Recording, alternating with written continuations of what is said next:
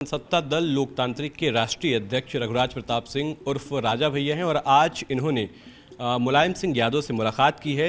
उस मुलाकात के मायने क्या हैं और साथ ही साथ यूपी में सियासी समीकरण क्या होने वाले हैं। सर, आपने मुलायम सिंह यादव जी से मुलाकात की है, क्या समझा जाए इसको, क्या मतलब है इसके? नेताजी के प्रति हमारी निष्ठा, हमारा आदर भाव बहुत पुराना है और हर जन्मदिन पे मिलते रहते हैं। कोविड के कारण जन्मदिन पे भेंट नहीं हो सकी इन 2 वर्षों में और इस बार हम बाहर थे, तो ये शिष्टाचार भेंट थी। उनका आशीर्वाद लेने के लिए, उनका कुशल क्षेम जानने के लिए गया था। ये चूँकि चुनाव का समय है और कुछ महीने चुनाव हैं, तो कई सियासी मायने भी लगाए जा रहे हैं क्योंकि आप उनकी सरकार में मंत्री रह चुके हैं और अभी आपने अपना दल बनाया हुआ है, खुद की पार्टी आपने बनाई हुई है। तो क्या ये माना जाए कि आने वाले दिनों में आपकी पार्टी का और उनकी पार्टी का, समाजवादी पार्टी के साथ कोई गठबंधन हो सकता है?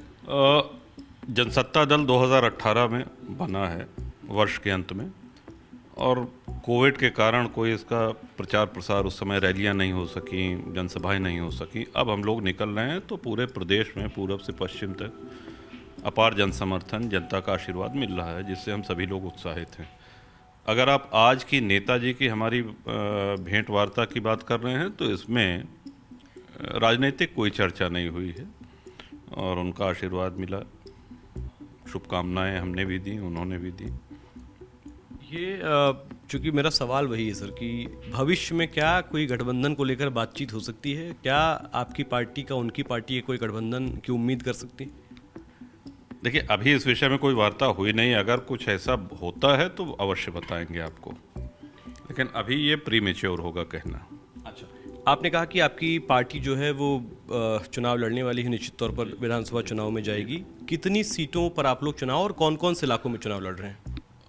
पूरे प्रदेश में कई सीटें हम लोगों ने चिन्हित करी हैं, जिसमें बड़ी संख्या में आरक्षित सीटें भी हैं, जो रिजर्व सीटें हैं। वहाँ के लोगों में काफ़ी उत्साह है, वो लोग आ रहे हैं कि हमारे यहाँ से प्रत्याशी लड़ाइए। तो 100 से अधिक सीटों पे जनसत्ता दल चुनाव लड़ेगा। 100 से अधिक सीटों पर आप चुनाव लड़ने जा रहे हैं। अच्छा, एक सवाल मेरा ये है कि आप चूँकि पिछली सरकार में सपा के मंत्री रहे हैं, सपा की पहले की जो सरकार रही है, अभी के 5 साल की जो सरकार है योगी आदित्यनाथ जी की, बीजेपी की, उसको आप कैसे देखते हैं? उसका पूरा कार्यकाल कैसे देखते हैं?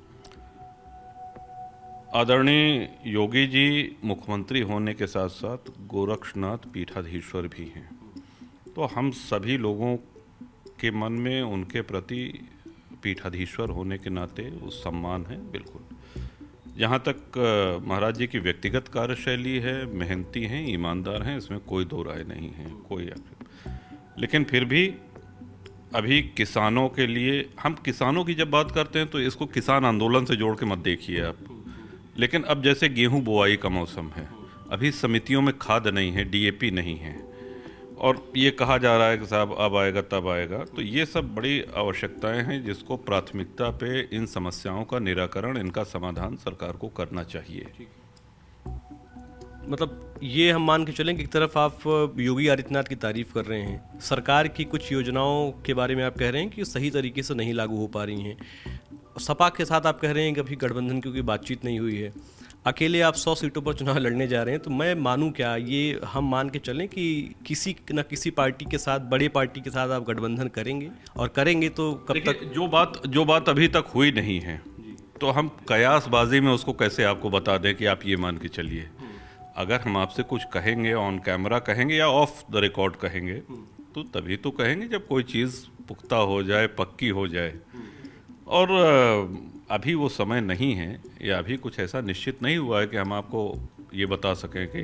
मुलायम सिंह यादव जी ने आपसे नहीं कहा कि आप हमारे साथ आ जाएं, क्योंकि आप तो पुराने सहयोगी रहे, करीबी रहे?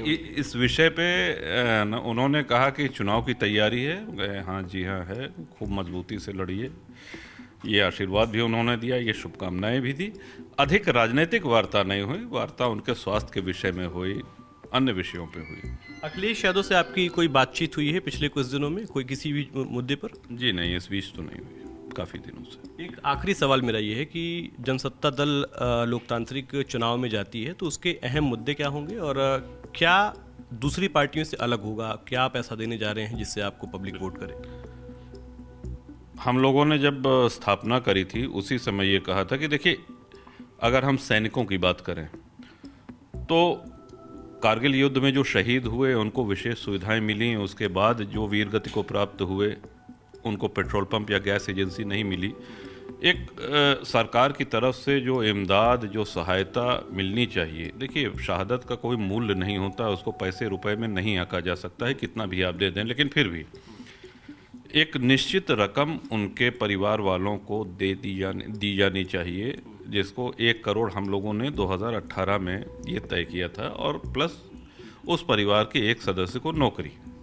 इसके साथ ही किसानों की समस्याओं की जब हम बात करते हैं तो किसानों की बहुत सी समस्याएं हैं। आज क्रय केंद्रों पे किसानों को लौटा दिया जाता है, उनके एमएसपी का भुगतान में दिक्कत होती है, सही समय पे बिजली अब आ रही है, ये बात सही है कि बिजली की सप्लाई अच्छी है जो है वो है, लेकिन फिर डीएपी नहीं है अभी, जिसकी बुआई में अत्यंत आवश्यकता है।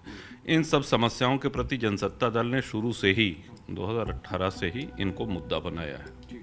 बाकी जो प्रदेश की समस्याएं हैं, बेरोजगारी है, वो सब है ही है, वो आप भी जानते हैं, हम भी जानते हैं। बिल्कुल इन मुद्दों को आधार बना करके हम जनता के बीच में गए, और इन्हीं मुद्दों को आधार बना करके एक राजनीतिक लंबा सफ़र हमने तय किया। ये 28वां वर्ष है और 6ठा टर्म है विधानसभा में। तो जो ग्रास रूट से, जो ज़मीन से जुड़ी हुई समस्याएं हैं, उनको हमेशा उठाते रहे हैं। इन विषयों को हमने सदन के अंदर और सदन के बाहर भी उठाया है।